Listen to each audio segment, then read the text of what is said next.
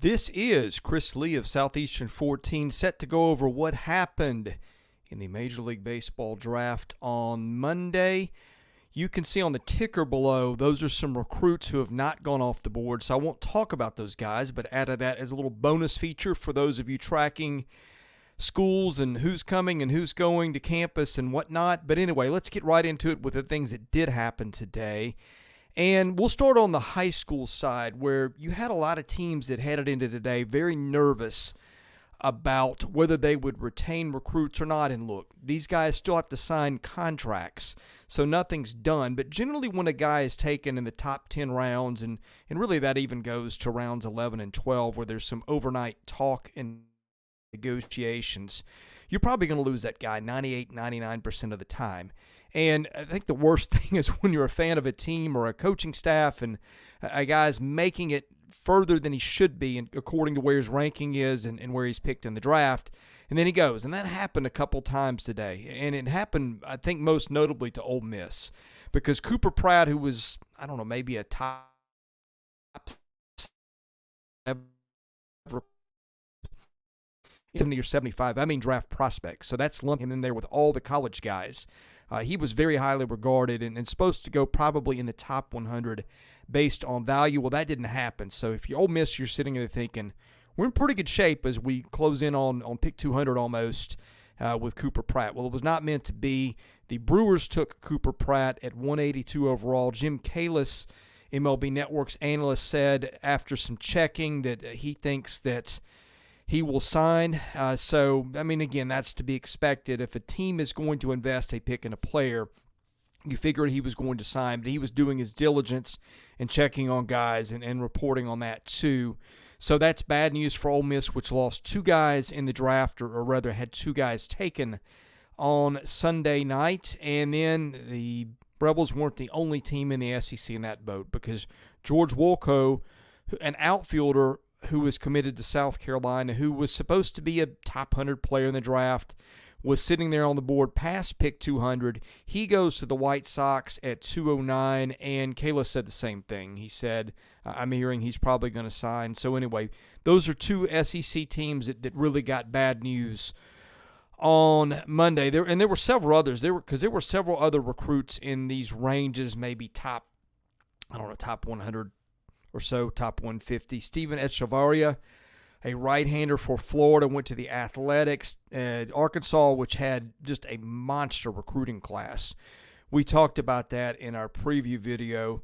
Right-handers Dylan Kastad and Barrett Kent went to the Twins and Rangers, respectively, on day 2 of the draft. Tennessee got, I don't know if they were surprised or not, but Carson Rucker was a guy, I don't know, mid-200s in terms of where you were seeing him going in prospect ratings, maybe even closer to 300. He went to the Tigers somewhere in the 100s today, I believe. So his brother Jake Rucker played at Tennessee, but I would presume that Carson Rucker, who is a prep guy from our neck of the woods in Nashville, is going to go pro. Mississippi State lost outfielder Aiden Smith to the Mariners, and Alabama's A.J. Ewing, a shortstop commit, went to the Mets, about 100 picks above where he was expected. So, again, that's a spot where a team is probably getting a guy to sign under slot, and that's probably why he is getting picked where he was. Again, the guys who did not get picked, who are notable, like I say notable, top 250 draft prospects, generally speaking, are listed on the ticker below. And one guy that I think is not going to be picked, I think Braden Holcomb announced he's going to college. He's a Vandy commit, so that's a big bat for the Commodores, who got hit pretty hard in the draft on Sunday night. Okay, current players, and my goodness, the memories came flooding back as I watched these guys go off the board today, and there were a bunch of them. Just so many really, really great players in this league went off the board in day 2. Of course, a number went off the board in day 1. Let's start with the defending national champs, who lost two guys that I really, really enjoyed watching play. Trey Morgan, their first baseman. I've got a 9-year-old son who's a big baseball player and baseball fan, and we're always watching games together. And sometimes I'll point out to him and say, hey, watch this guy. He really knows what he's doing. He plays well. He's a smart player. And those are the kinds of guys that you want your kids to play like. You want them to play smart. You want them to play with class, all those things. And Trey Morgan is one of those guys that I think I've told my son, watch the way this kid plays. And remember, Trey Morgan was playing left field for LSU late in the year. He had been a first baseman for the Tigers most of his career because of defensive concerns. He got moved into the outfield and then got moved back to first for the College World Series, where he made at least one or two huge defensive plays. I'm thinking a squeeze bunt that was the way he fielded it. He had almost no time to react, made a perfect throw to get an out at the plate. And so that's one that I think Trey Morgan is a guy that I'll really miss watching in the SEC because of the way he played the game. And there's certain teams that when they pick guys, you kind of sit up and take notice, because sometimes when I'm watching these guys, there's a lot of great players in the SEC, but they don't always translate. I've seen a lot of really, really good players that didn't make the majors and didn't really do great in the minors, and so you just never know. But there are some organizations that it seems like sort of a stamp of validation, and one of those is the Rays, and they took Trey Morgan in the top 100 picks. I heard Jay Johnson saying on, Sunday night when Morgan's name came up, he'd be a quick to the majors guy. I think he might be right. I don't know that Trey Morgan's ever going to be an all-star, but I could see Trey Morgan having a 10-year major league career. Just the bat-to-ball skills, the defense, the being a teammate, all those things. So Trey Morgan, a guy that went today that I will really miss watching play. Gavin Dugas, same thing. The Nationals seem like they're turning into maybe LSU North after taking Dylan Cruz last night.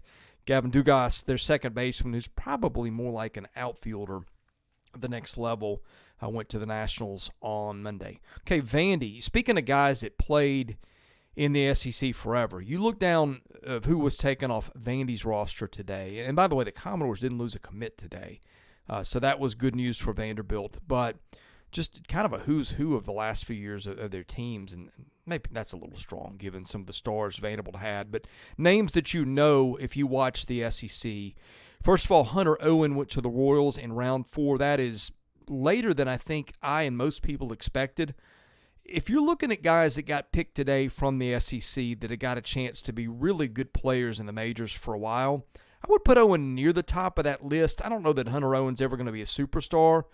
Could Hunter Owen be a number 4 in the majors for a while, or maybe even a 3? Sure. And the Royals took a chance on him, picking the low hundreds, I believe. And Owen was a guy that health was the issue. That's been an issue for a lot of the last 2 years. But when Hunter Owen pitched, in fact, when Hunter Owen was pitching this year and healthy, he was probably, after Skeens, as good a starting pitcher as there was in this league. I believe he threw a complete game 2-hitter against Ole Miss. Just was a really efficient strike thrower when he pitched his last couple of years. Just not running up huge pitch counts, I think, is an underrated trait for pitchers. You see a lot of guys that get into the 4th inning at 80 pitches, and you can't even qualify for a win if you can't get into the 5th. Owen's a guy that I think really turned into an excellent strike thrower. He's a big, durable guy. He's 6'5", 260. He's a guy that, if he can stay healthy, and that's been an issue, I think has got a lot of what it takes to make it in the big leagues. A couple other guys that were picked today from Vandy, Patrick Riley, who this time a year ago was thought to be probably a first-rounder. That didn't happen. Riley never really learned to throw strikes with any consistency. The Pirates took a chance on him. The back end of the Vandy bullpen the last 2 years, Nick Maldonado and Jason Schultz, who were kids who really were Vanderbilt's closers the last 2 years, 3 years. Those guys both went off the board. Maldonado to the Marlins, Schultz to the Nationals, and then R.J. Schreck, one of the better hitters in the SEC this year, right fielder for Vandy, went to the Mariners, I think, in the 10th round. Alabama had a couple guys picked. Andrew Pinckney, one of my favorite guys in the SEC, right fielder for Alabama, kind of a late bloomer. He went to the Nationals today. One thing I noticed, for whatever reason today, the National League, when SEC guys were taken, seemed like 80% of the time they went to the National League. That's an exaggeration, but it seemed to be a very NL-heavy day for the SEC. He and Furtado both went today. For Florida, two guys that have played a lot of ball in the SEC. Josh Rivera, the shortstop for the Gators, who had a great senior year, went to the Cubs, really improved his draft stock and showed some power. And Philip Abner, not one that I expected to see going today. He went to the Diamondbacks. He was a key cog of Florida's bullpen. He's now presumably headed to the majors after being picked by the Diamondbacks. Or I say the majors, Pro Bowl. South Carolina, speaking of Vandy, guys that have played in this league forever that you know, Carolina had another one of those days too. And if I told you a year ago Will Sanders went to pick 100 and something, I don't think you would have believed me. Sanders was a guy that this time a year ago was considered maybe top 10, top 15 overall, but you got to stay healthy and throw strikes. And that was an issue for Sanders. Didn't always happen for him, so he went later than expected. Jack Mahoney, Noah Hall, the other two-thirds of Carolina's rotation most of the time. Those guys went off the board today. Braylon Wimmer for South Carolina. He went to the Rockies, their longtime infielder. And a note for Carolina, Gavin Cassis, their first baseman, took his name out. So he will be staying in Carolina for another year. For Tennessee, the Vols had three prominent guys taken today. Maui Ahuna, their shortstop, another guy in the vein of Sanders that a year ago was thought to be a first-rounder, had a disappointing year. You've really got to make contact. And I think he struck out something like 30% of the time, which is why he dropped. He goes to the Giants, I think, in round 4. Andrew Lindsey, that's a pick that I really like. The Marlins are pretty good with picking pitchers. Lindsey was a kid who came into the league this year with no fanfare. He had sat out the previous year after playing at Charlotte in 2021. Ended up being on a loaded Tennessee staff. The Vols Friday night guy. He went to the Marlins. I think he's got a chance to be a player in the majors because I really liked the way he came on after sitting out a year. Seth Halverson, I went back and looked this up. He was taken by the Rockies today too. Halverson was not anywhere on the Baseball America, the ESPN, the MLB.com list, which is really surprising. Halverson's, I think, kind of got a big league type arm. He pitched out of the pen and pitched pretty well for the Vols. But he was not as highly regarded as a prospect as I would have thought, but the Rockies did take him within the top 10 rounds on Monday. Arkansas, the Razorbacks, they lost their entire outfield of Tavian Josenberger, Jay Sporfin, Jared Wagner. Now, that was to be expected. I don't think that surprised anybody. But those guys went to the Orioles, the Blue Jays, and the Yankees, respectively. So good luck to all those guys. They sure were fun to watch in the league this year. And the Hogs lost a big pitcher in Hunter Holland, a JUCO transfer, who I almost forgot was draft eligible, but he went to the Reds, who seem to be collecting pitching after all those middle infielders are coming up and hitting. The Reds don't need as much hitting help, but they're going to need pitching help. So Hunter Holland, a guy I think has got a shot to maybe be in the majors before too long in a couple years. And here's another one that might have slipped by people. Craig Yoho, who transferred to Arkansas, has not played for the Razorbacks yet, but he got picked by the Brewers or was it the Dodgers? I've got Brewers written down. I wanted to say it was the Dodgers, but well, anyway, you can look that up for yourself. But Craig Yoho, a guy who just committed to Arkansas, who now will be probably going pro.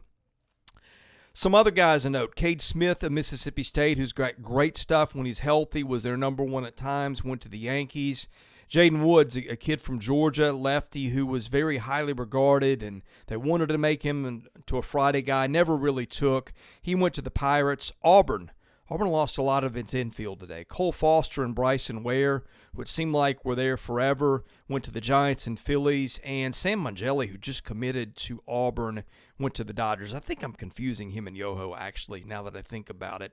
Mangelli was a Sacred Heart guy, I think, who hit about 20 home runs this year, who had just transferred to Auburn. Him getting picked in the top 10 rounds, I would presume, means he's going to go. A&M lost the left side of its infield, and Hunter Haas and Trevor Werner, two really, really good hitters. Now, Werner, I was shocked to hear this. When the Royals picked him, they announced him as a two-way player. I don't remember Werner pitching at A&M. Maybe he did for bits here and there, but he would like to give two-way playing a shot, which seems to be a trend now that Shohei Ohtani has done the things he's done in the majors. He was a really good hitting third baseman. Haas, of course, a shortstop who transferred in, had an outstanding year for the Aggies. Those guys gone. Some other guys rounding it up. Jack Doherty for Ole Miss I went to the Twins. Doherty probably had better stuff than he had stats. He's probably better suited to the bullpen. Had to pitch out of the rotation at times as Ole Miss got ravaged by injuries the last couple years. And a couple Missouri arms, Austin Trosser and Zach Franklin. Franklin, a guy who transferred in, I think, from Western Carolina and was their closer part of the year, pitched pretty well. Those two guys gone, and Austin Strickland for Kentucky. The Cats have not had a heavy presence in this draft so far, but Strickland goes to the Pirates, one of their key long relief arms. He now, of course, will be going to play pro ball, it appears. All right, we'll wrap up things for you after Tuesday's rounds 11 to 20 of the MLB draft. Best way to catch that, hit the subscribe button. Hit your notifications, too, to make sure you get all of our content. And we are also rolling out football and basketball stuff. We're rolling out our previews for the coming football season. We'll be at Media Day next week, and we're doing basketball stuff as it happens. So hit that subscribe button. It costs you nothing. Hit the like button. That costs you nothing. That helps us. Tell a friend. And until next time, we'll see you soon with more SEC sports content at Southeastern 14.